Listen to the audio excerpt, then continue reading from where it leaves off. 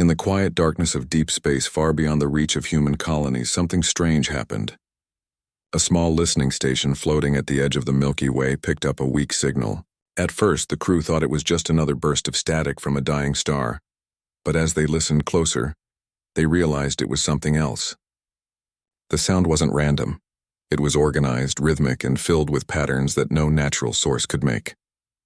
It was a message, faint but desperate, and it repeated the same sequence again and again. For hours, the engineers tried to decode it. The transmission was old, full of interference, as if it had traveled for centuries through dust and radiation. But one phrase kept appearing in the data, translated through human algorithms. "Help us." That was when they knew it wasn't just noise. Someone out there was crying for help. The discovery reached Earth within hours. In the capital city, the United Earth Command called for an emergency session. Every major news network in the system talked about it. Was it real? Who sent it? And why had it reached humanity after so long? For decades, humans had dreamed of finding intelligent life, but they had never expected the first clear contact to be a distress call. The scientists at the Signal Analysis Department worked without rest. They mapped the coordinates buried in the message and discovered that it came from a region called the Varelian Expanse, more than 12,000 light-years away, far beyond human-charted space. That area was known only from old star charts and was thought to be empty. But now it seemed something once lived there. The decoded fragments painted a grim picture. There were mentions of devourers, the burning, skies, and the fall of the core worlds. The key message also contained what appeared to be the symbol of a civilization, an intricate spiral surrounded by 6 dots, perhaps representing their home stars. The tone of the voice, though alien, carried emotion. It trembled as if whoever had recorded it was terrified. In the command room, the debate began. Some leaders wanted to ignore the message. They said it wasn't humanity's problem. Earth had only recently recovered from its own interstellar wars and couldn't risk another conflict. The economy was still fragile, and the fleets were stretched thin, protecting distant colonies and trade routes. But others argued that humanity had a duty to respond. They remembered how Earth itself had once cried out for help, when the first alien invaders attacked a century ago, and how no one had come. Humanity had survived by fighting alone, learning the hard way that compassion was rarer than power in the galaxy. Admiral Helena Reyes, the commander of the Dreadnought fleet, was among those who refused to stay silent. She believed that if humanity wanted to call itself truly advanced, it had to prove it with action, not words. Meanwhile, the people across Earth and its colonies followed the news with growing curiosity and fear.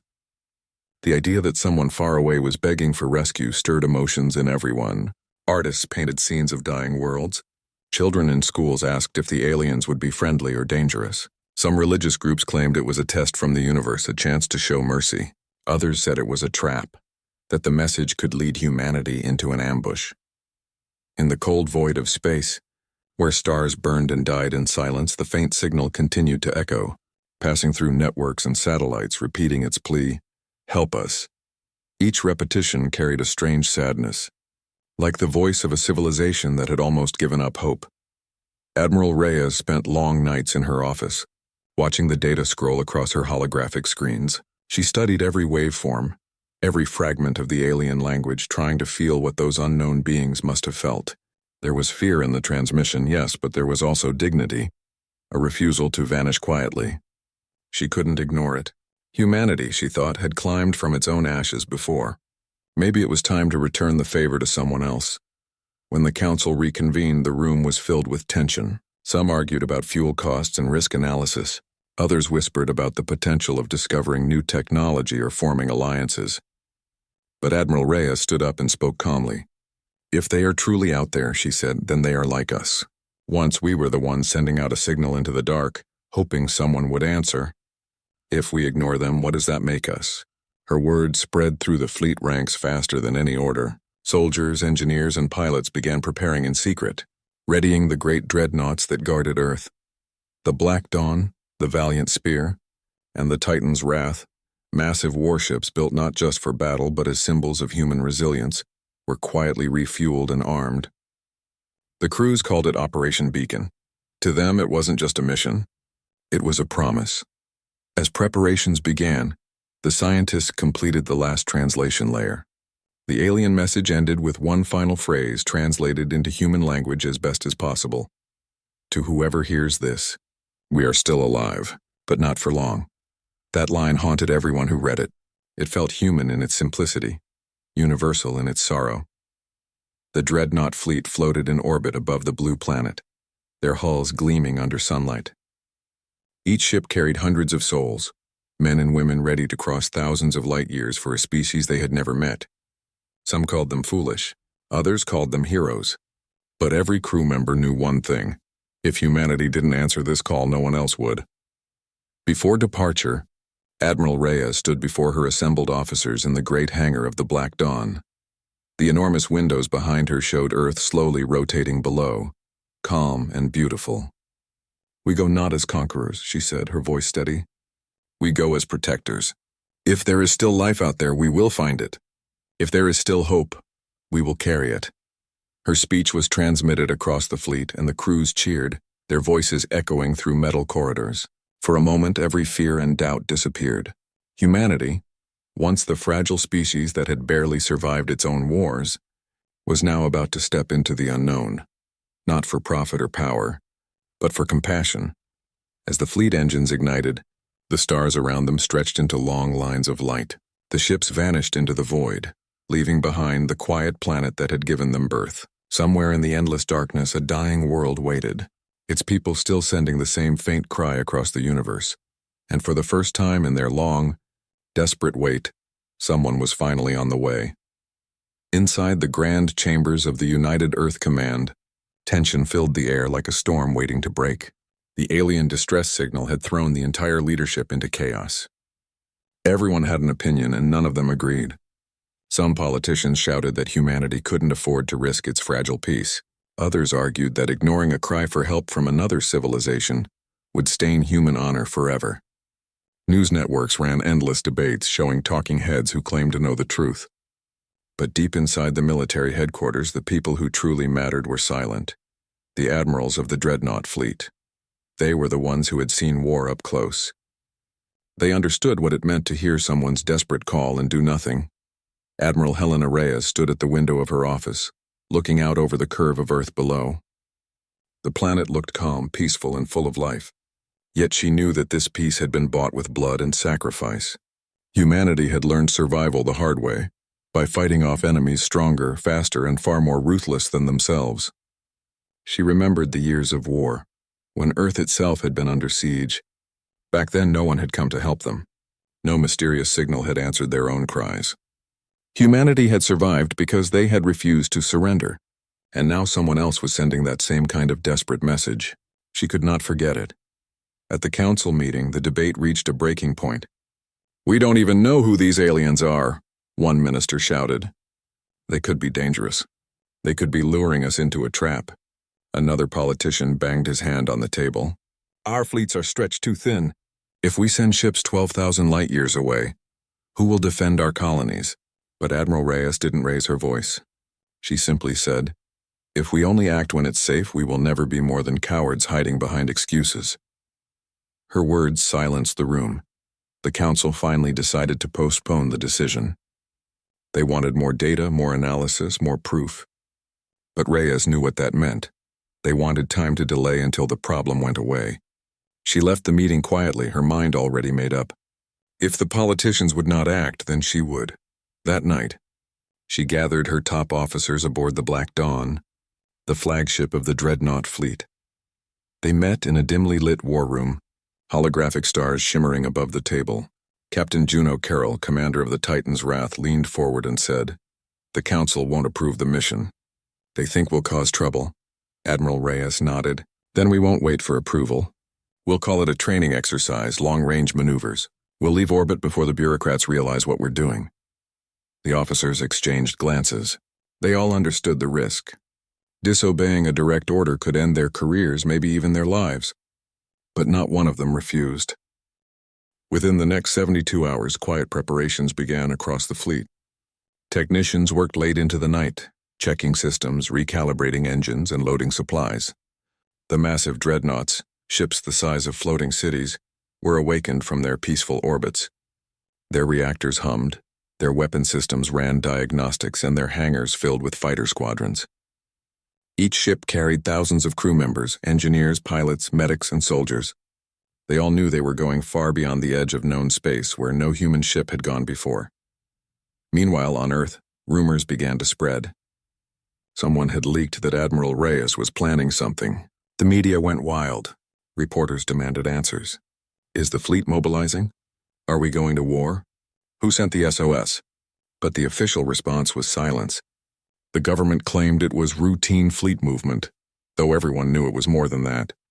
As the ships prepared to depart, the mood among the crews was a mix of excitement and fear. Young officers gathered in the observation decks, staring at the stars, whispering about what kind of aliens they might find. Some believed the distress call came from peaceful explorers who had been attacked. Others thought it might be survivors of an ancient civilization lost to time.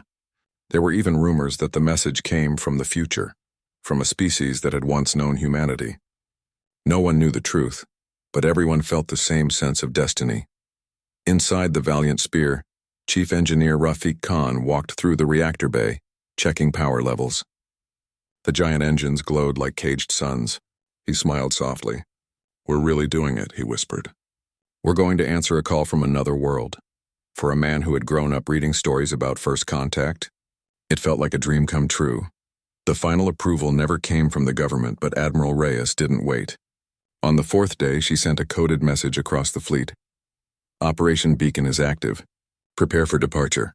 The order spread instantly. Alarms sounded softly, not in warning but in readiness. Crews rushed to their stations, systems came online, and the fleet began to move. From her command chair, Admiral Reyes watched as Earth grew smaller in the view window. "We're leaving home again," she said quietly to her first officer. "But this time not to fight for ourselves." The officer smiled. "Then let's hope someone would do the same for us." The fleet slipped out of Earth orbit under the cover of darkness. To anyone watching from the surface, it looked like a distant cluster of stars vanishing one by one. But for those aboard, it was the beginning of something far greater than any war.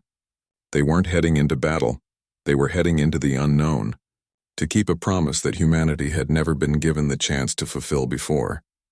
As the ships accelerated through the solar system, messages poured in from family members and friends. Some were filled with pride. Others begged their loved ones to come home. "You don't even know what's out there," one message said. "Don't be heroes, just be safe." But deep down, every crew member knew that safety wasn't the point. Hope was. The Black Dawn led the formation. Its hull reflected the light of distant stars, carrying the weight of billions of human hopes. Admiral Reyes looked out through the viewport, her face calm but determined. She thought about the alien voice in the distress call, how tired and afraid it had sounded. "Hold on," she whispered into the empty air. "We're coming." During the long journey, the fleet's scientists continued studying the signal. They discovered strange details. The alien message wasn't sent all at once. It had been looping endlessly, for what could be thousands of years. Whoever had recorded it was probably long dead. But the signal had kept traveling, repeating through space like an echo of tragedy. Still, the fact that it survived meant something powerful. It meant that the civilization behind it had once been advanced, capable of creating technology that could outlast even its own people. Weeks passed as the fleet traveled through the silent stretches between stars. The crews filled their time with training, maintenance, and speculation. Some began to dream about what they would find. Others had nightmares. Space was full of mysteries, and not all of them were friendly. But fear was part of the journey, and every Dreadnought officer knew that the unknown was where true courage was tested. Back on Earth, the politicians finally realized what had happened. When the fleet's transponders disappeared from local space, the council erupted in anger. She disobeyed a direct order. One senator shouted, "She's taken half our heavy fleet." But public opinion had already shifted. When people heard that Admiral Reyes had left to rescue an alien civilization, they were inspired. Across the colonies, citizens began lighting candles in their windows. They called it the Night of the Beacons. It became a symbol of hope, the idea that humanity could finally become something more than survivors. Far from home, the Dreadnoughts crossed into the uncharted regions of space. The stars grew dimmer, the background radiation thicker. The navigation system struggled to read coordinates, but the signal was still there, weak and pulsing, guiding them like a heartbeat. Every time it flickered on the monitors, the crew fell silent, listening to that ancient voice whispering through the dark. Admiral Reyes stood on the bridge, watching the signal grow stronger. "We're close," her navigator said. She nodded slowly. "Then this is where our true mission begins." Around her, the bridge crew straightened in their seats. No one knew what awaited them beyond the next star. It could be ruins, danger, or maybe even the last survivors of a dying world. But one thing was certain: humanity had answered. The Dreadnought fleet was on its way, not because they had to, but because they chose to. And somewhere, light years away, a forgotten people might finally know that they were not alone. The journey through deep space had taken months. The Dreadnought fleet had crossed vast stretches of darkness where even starlight was faint and cold. The crew members had begun to feel the weight of silence pressing on their hearts. Space was beautiful, but it was also lonely. Every day the signal grew a little stronger, leading them toward the coordinates where the alien message had come from. Everyone wondered what they would find there. Some hoped for survivors. Others feared they would arrive too late. Admiral Reyes stood on the bridge of the Black Dawn as the fleet neared the edge of the Virelian expanse. The holographic map before her showed strange energy patterns, scattered wreckage fields, and debris clouds larger than moons. It looked like a graveyard of ships. The fleet slowed down and spread out, scanning every direction. The closer they got, the clearer the signs of destruction became. The first wreck they found was massive, larger than any human ship. Its hull was blackened, its engines cold. Strange markings covered the metal, symbols that no one could translate. The crew of the Valiant Spear sent a probe to explore it, but the inside was nothing but twisted metal and silence. There were no bodies, no signs of life, only drifting fragments of what had once been a great vessel. The scanners detected traces of energy weapons unlike anything humanity had seen before. As the fleet pushed deeper, they found more wrecks, hundreds of them. It was clear now that a terrible war had taken place here. Entire fleets had been destroyed and entire planets reduced to ash. The system's sun was dim, surrounded by dust from shattered worlds. Even the light seemed weak, as if it had given up. Then one of the sensor officers shouted, "Admiral, I'm detecting life signs." Everyone turned toward the monitor. The readings were faint but real, coming from a small moon orbiting the third planet of the system. The planet itself was dead, its surface cracked and molten, but the moon still had a thin atmosphere and energy signatures. Reyes gave the order, "Set course for the moon. All ships maintain alert status. If there's life down there, we'll find it." When the dreadnoughts entered orbit, they saw the truth. The moon was scarred by bomb craters and burned forests. The remains of alien cities covered its surface, towers melted by plasma fire and streets filled with ruins. But in one valley, deep under a shield of faint energy, something still moved. The scanners picked up structures built from scavenged parts and thousands of life signs clustered together. There were survivors. The first contact was cautious. The Black Dawn sent a drone to transmit a peaceful greeting. For hours, there was no response. Then suddenly the alien signal returned, weak, trembling, but alive. The translator worked hard to decode it. The voice that came through was unlike any human voice. It clicked and hissed, full of metallic tones, but it carried emotion. The words it formed were simple. "We are the Xilara. You heard us. You came." The bridge fell silent. For the first time, humanity had spoken to another intelligent species not as enemies, but as rescuers. Admiral Reyes replied slowly, her voice calm and warm. "Yes, we heard you. We are here to help." The Xilara welcomed the humans' landing team cautiously. They were insectoid beings, tall and slender, with shining eyes and delicate limbs. Their bodies looked fragile, but their movements were graceful and precise. They lived in underground shelters lit by dim crystals. Many were injured or weak from hunger. Their leader, a being named Jaren, approached the human delegation. Through the translators, he explained what had happened. Long ago, the Xilara had ruled a peaceful star empire. They were scientists and artists, not warriors. But then came the Archon, a race of mechanical invaders that destroyed everything they touched. The Archon didn't negotiate or communicate. They only consumed, stripping planets of life and energy. The Xilara had fought bravely, but were no match for the machines. Their fleets were crushed, their cities burned, and their home worlds turned to wastelands. The moon where they now hid was the last piece of their once great civilization. Admiral Reyes listened with growing anger and sorrow. She had seen war before, but this was something else, an entire civilization hunted to extinction. "Why did you send the distress call to us?" she asked. Jarin lowered his head and said, "We sent it everywhere. To every corner of the stars." No one answered. Until now, the human teams immediately began relief work. Medical officers treated the wounded while engineers set up power generators and food systems. The Dreadnoughts deployed drones to scan for any approaching threats. The survivors watched in wonder as the humans worked tirelessly, helping strangers without expecting anything in return. For them, it was something close to a miracle. But peace didn't last long. Within 2 days, the fleet detected massive energy signatures on the edge of the system. The Archon were coming. Hundreds of ships appeared on the scanners, dark, metallic, and fast. They moved like a swarm of shadows without formation or emotion. The air in the command deck grew heavy. Everyone knew what was about to happen. Admiral Reyes didn't hesitate. She ordered the fleet to form a defensive line around the moon. "If they want this world," she said firmly, "they'll have to go through us." The Dreadnoughts positioned themselves in orbit, their hulls glowing as shields powered up. Fighters launched from their hangars, small flashes of light against the darkness of space. Down on the moon, the Shlara watched the human ships preparing for battle.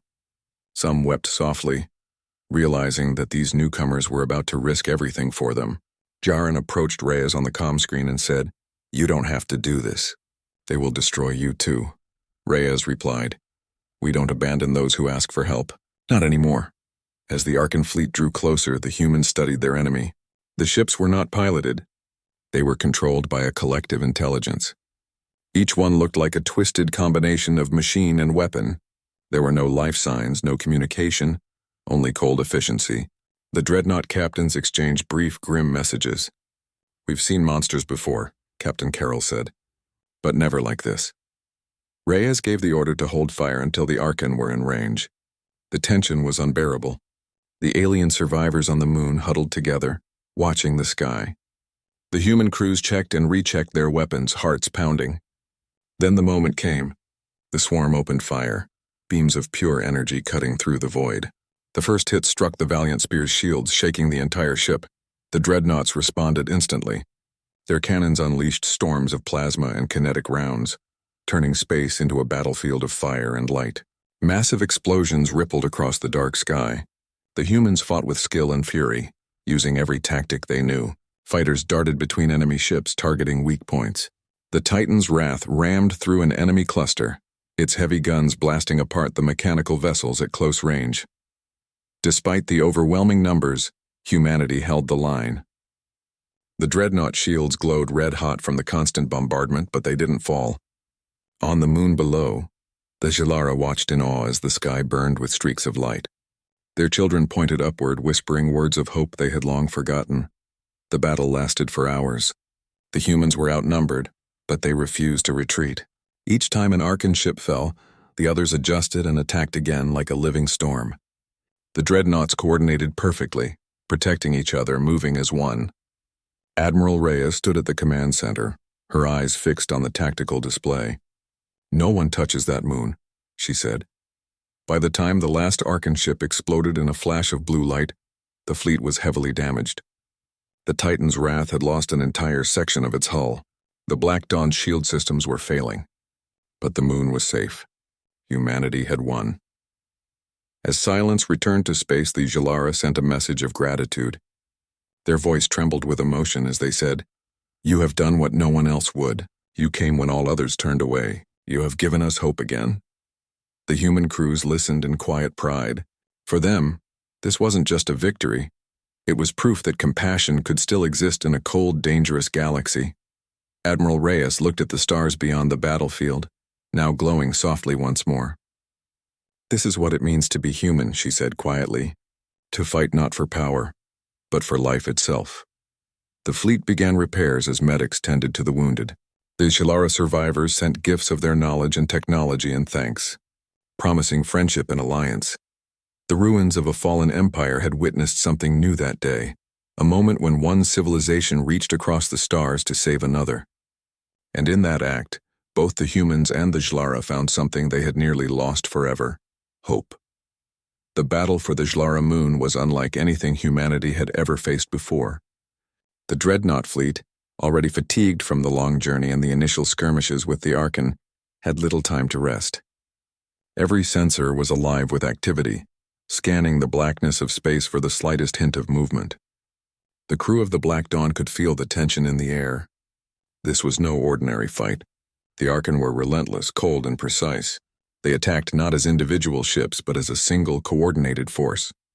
Like a living swarm with one goal: total annihilation. Admiral Reyes paced the bridge, her eyes darting between the tactical displays. She knew that strategy alone would not win this battle. She needed precision, courage, and a willingness to sacrifice everything to protect the moon below. "We hold them here," she said firmly, her voice echoing through the bridge. "The moon lives or we die with it. Make every shot count. Cover every flank. No one touches the Jlara." As the first waves of Archon approached, the fleet moved into formation. The Dreadnoughts were massive, and together they formed a moving fortress.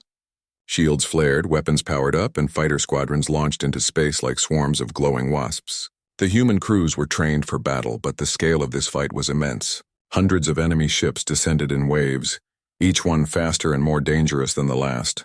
Every strike from the Archon was calculated, designed to overwhelm and break the human line. The first clash was brutal.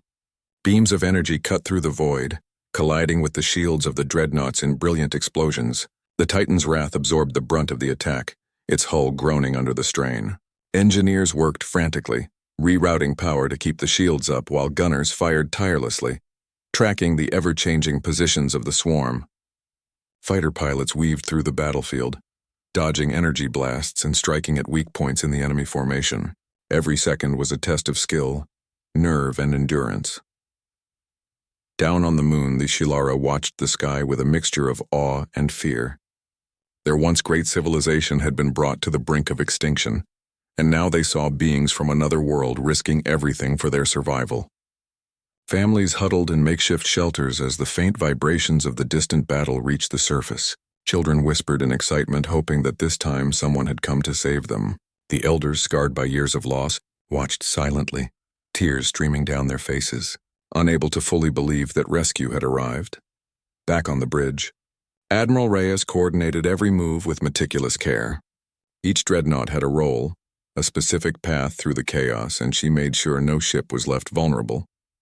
"Focus on the swarm," she ordered. Divide and conquer. Protect the fighters. Protect the moon. The fleet moved as one, a testament to human coordination and discipline. Every crew member knew their role and performed it without hesitation. The Archon, however, were adaptive. With each wave, they adjusted their attacks, seeking gaps in the human defenses. They ignored damage to individual ships, focusing on the overall formation. Their collective intelligence made them terrifying opponents. The humans had to constantly anticipate their moves, using every tactic they knew, and even improvising on the fly. Mines were deployed in the path of the enemy. Decoy drones distracted the swarm, and coordinated firepower tore through enemy ranks. But the enemy kept coming, wave after wave, relentless and unyielding. Amid the chaos, moments of heroism emerged. Lieutenant Mara Chen piloted a small squadron of fighters into the heart of the Archon swarm, targeting command vessels that coordinated the attack. She maneuvered through blasts of energy, guiding her ships with precision, and managed to destroy several critical nodes, temporarily disrupting the enemy's control. Her actions gave the dreadnoughts a chance to regroup and strengthen the shield around the moon. The battle raged on for 16 hours. The dreadnoughts were battered, but they stood firm. The Black Dawn absorbed direct hits that would have destroyed lesser ships. Fires broke out in various sections, and the crew worked tirelessly to contain the damage. Medics rushed to treat the wounded, while engineers risked their lives to restore power and weapon systems.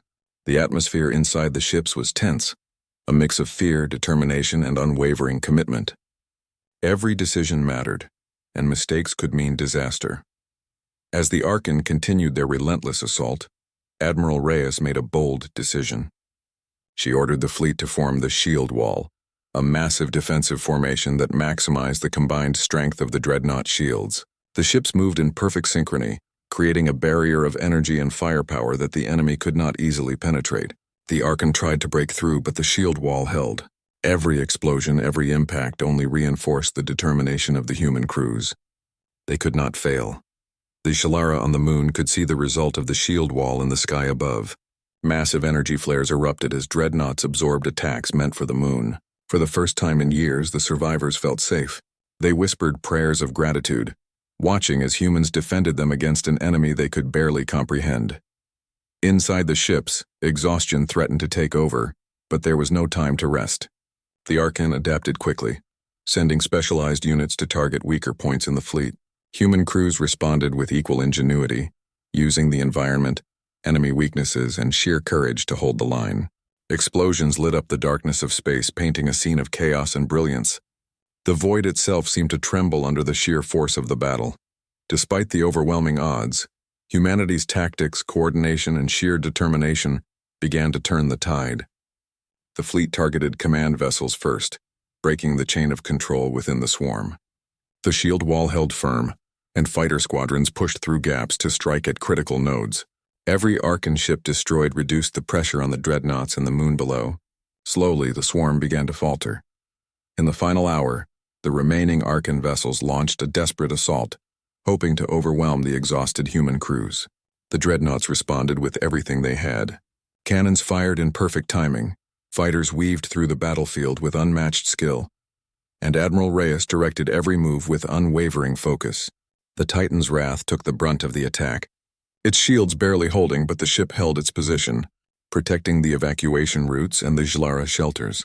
When the last Archon command vessel was destroyed, silence fell over the battlefield. The dreadnoughts were heavily damaged, with hulls scarred, shields down, and systems on emergency power. But the moon was safe. The Shalara had survived. Crews cheered, some weeping from relief, others too exhausted to speak. They had faced an enemy that seemed unstoppable and emerged victorious. Admiral Reyes allowed herself a moment to breathe. The victory was hard-earned and the cost had been high, but it had been necessary. She looked down at the moon, seeing the survivors emerging from their shelters, tentative but alive. The humans had not just defended them, they had given them hope. The aftermath was a mixture of relief and recovery. Medical teams treated the wounded. Engineers began repairing the dreadnoughts, and supplies were delivered to the Shalara. The survivors offered what little resources they had, sharing knowledge and gratitude. Bonds were formed that transcended species, built on trust, courage, and compassion. As the fleet prepared for temporary repairs before returning to Earth, the Shalara leader Jaran sent a message through the human translators. "You have done what none of our kind could have hoped. You fought for us without question, without hesitation. You are our saviors, and we will not forget." The words echoed through the fleet, filling every crew member with pride. Admiral Reyes looked at her crew and said quietly, "This is what we fight for. Not for power, not for conquest, but for life itself. This is why we exist." The ships, battered but victorious, rested in orbit over the Shalara moon, a symbol of hope in a universe that often seemed dark and merciless. For the first time in years, the Shalara could look to the stars with hope, and humanity had proven that even in the vast, uncaring expanse of space, courage and compassion could make a difference. The battle for the moon had been won, but it had also created something greater, a bond between two civilizations, forged in fire and protected by the unyielding will of humanity. The crew of the dreadnoughts knew that their journey was far from over, but they also knew that this victory would be remembered, not for the destruction but for the lives saved, and for the promise that humanity would stand for those who could not stand for themselves. After the dust of the battle settled, the Shalara moon lay quiet under the glow of distant stars. The battlefield was scarred, but it was no longer a place of fear. The dreadnought fleet floated in orbit, battered yet steadfast, their massive hulls bearing the marks of the relentless war they had endured. For Admiral Reyes and her crew, victory was not a moment of celebration, it was a responsibility. Every human on board knew that the lives of an entire alien civilization now rested in their hands, and that trust was something to be honored, not taken lightly. The survivors emerged cautiously from their shelters.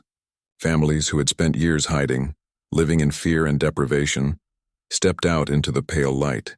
Children blinked at the unfamiliar human faces, uncertain whether these giants were truly protectors or if another threat would come. Elders, their carapaces scarred from the conflict, observed quietly, holding on to a fragile hope that humanity could be trusted. The humans offered food, clean water, and medical attention, and the Ishlara, long unused to kindness from strangers, accepted with tentative gratitude. Admiral Reyes oversaw the initial relief efforts personally. Every detail mattered. Temporary shelters were erected for the injured and weak, powered by portable energy units deployed from the Dreadnoughts.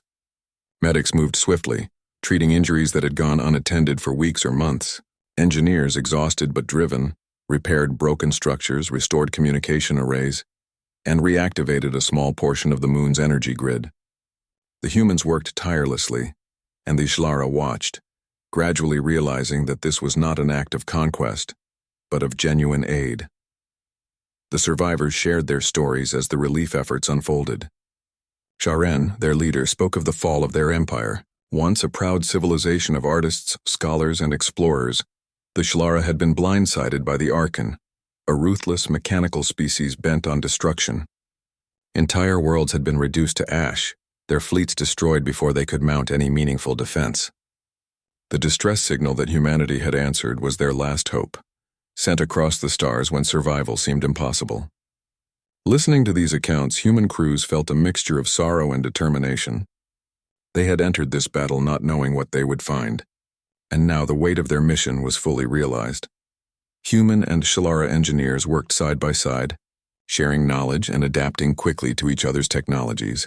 The humans taught the Ishlara how to repair power generators, recalibrate their communication devices, and organize supply chains. In return, the Ishlara shared ancient technological insights, knowledge of energy manipulation, shielding, and propulsion that had been lost to most of the galaxy. It was a mutually beneficial exchange, forming the beginning of a bond that would last for generations. Despite the relief, danger was never far away. The Archon had been driven back, but they were not gone. Reconnaissance drones patrolled the edges of the system, scanning for signs of enemy activity. Every human captain knew that vigilance was essential. One misstep could mean disaster. Fleet crews repaired their ships, restocked weapons, and prepared contingency plans. The Black Dawn's bridge hummed with activity, officers coordinating supply runs, patrolling fighters in medical operations, all while monitoring the surrounding space for threats. Amid these preparations, human and Ishlara leaders held councils to discuss the future. The Ishlara had no homeworld left, and their civilization was on the brink of collapse. With humanity's help, they could survive, rebuild, and even reclaim some measure of their former glory. Jaren expressed profound gratitude, acknowledging that the humans had not only fought for them but had also shown compassion in a universe that often lacked it. "You did not have to come," he said, "and yet you risked everything. You have saved more than lives, you have preserved hope itself." The human fleet still orbiting the moon prepared for a phased evacuation. Supplies and personnel would remain to help the Ishlara rebuild their infrastructure, but some ships were needed back at Earth to report the events and repair damages. Families who had been rescued were carefully transported to safer sections of the fleet. Children clung to human crew members, curious and trusting in a way that only the young can. For these children, humanity was no longer a distant species. They were friends, guardians, and heroes. During these days, friendships were formed between humans and Ishlara that would outlast the immediate crisis. Pilots shared tactics, scientists traded ideas, and medics compared techniques. Despite differences in biology and culture, a shared understanding grew. Both species had experienced loss, fear, and the relentless cold of the universe, and both now had an opportunity to survive together. Stories of heroism spread quickly among the survivors. Tales of fighter pilots diving through enemy fire, of engineers braving damaged corridors to restore life-saving systems, became a part of the Ishlara oral history, and they honored the humans with songs and ceremonial gestures. The fleet itself became a floating city of hope. Warships were converted into mobile support hubs, carrying supplies, medical facilities, and classrooms. The Ishlara learned to operate human equipment, and some even trained as fighters, preparing to defend themselves against any future attacks. They watched the humans with admiration, not only for their technology, but for their courage, strategy, and willingness to put themselves at risk for strangers. Weeks passed, and the moon began to transform. Temporary shelters became more permanent, energy systems stabilized, and the survivors regained some measure of normalcy. Gardens were planted inside domes, water purification systems worked smoothly, and children began to play under the faint protective shield that kept Arkan forces at bay. For the first time in decades, the Jalara felt safe enough to dream again. The day came when the fleet could finally begin repairs and prepare for departure back to Earth. Admiral Reyes called a meeting with the Jalara leaders. "We will not leave you unprotected," she assured them. "Our fleet will remain in orbit for as long as needed. Your safety is our responsibility." Jaren bowed in respect, acknowledging not only her leadership but humanity's moral courage. The two civilizations had become more than allies. They had become partners bound by shared struggle and mutual respect. As the Dreadnoughts made their way back toward Earth, humanity's role in the galaxy had changed forever. No longer were they simply explorers or defenders of their own worlds. They were protectors of the vulnerable, capable of answering cries for help from across the stars. The story of the Shalara and the Arkan would spread across human colonies, inspiring generations to come with a new understanding of responsibility, courage, and compassion. Upon returning to Earth, the fleet was met with awe and celebration. News of the mission spread quickly, and the public marveled at the courage displayed by the crews. The rescue of the Jalara became a symbol of hope for humanity's place in the universe. The politicians, initially hesitant and skeptical, were forced to acknowledge the importance of taking action when faced with injustice or suffering. Humanity had set a precedent. When others were in need, they would answer the call, no matter the danger. The Shalara were invited to Earth as honored guests. They began the long process of rebuilding their society with human assistance. Shared academies, research stations, and cultural exchanges became the first steps toward a lasting alliance. Humans learned from the Jalara, just as much as the Jalara learned from humans. Science, art, and philosophy flowed between the species, creating a rich network of collaboration that extended across star systems. For Admiral Reyes and her crew, the mission left an indelible mark. They had fought, bled, and sacrificed, but the reward was profound. They had not only saved lives, they had forged a bond between two civilizations, a bond that would endure through generations. Humanity had shown that compassion, courage, and strength could coexist, even in the harshest reaches of space. As the stars stretched before them on the journey home, Reyes reflected on everything that had happened. Humanity had stepped beyond its own fears, crossing the darkness of space to answer a plea for help. They had faced an enemy that seemed unstoppable, protected an entire civilization from annihilation, and helped a species regain hope. It was more than a military victory. It was a triumph of spirit, empathy, and resolve. The story of the Dreadnought fleet and the Shalara would be remembered as a defining moment in human history. Across the galaxy, civilizations would speak of humanity not just as survivors or warriors, but as protectors of the lost, guardians who risked everything to preserve life and hope.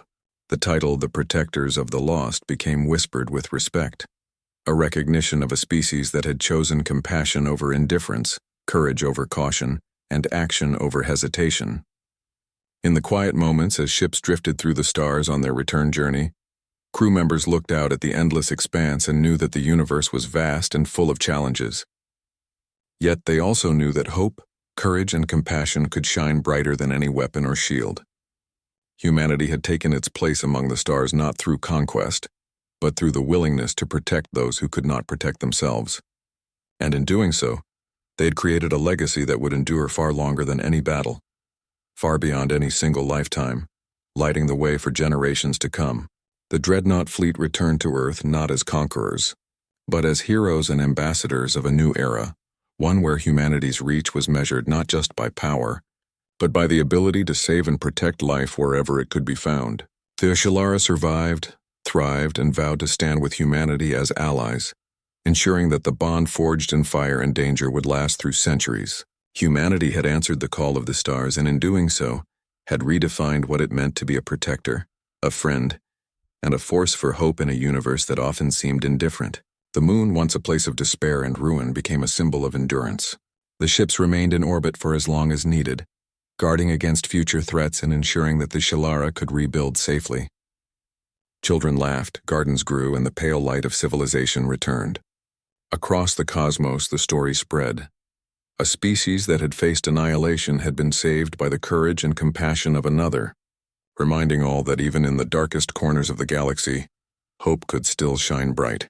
Humanity had not only fought a battle, they had begun a legacy. The rescue of the Jalara was proof that one species, willing to act with courage and empathy, could make a difference in the fate of an entire civilization. In that act, the universe witnessed the birth of something greater than war or technology. It witnessed the enduring power of compassion, courage, and the unyielding will to protect life.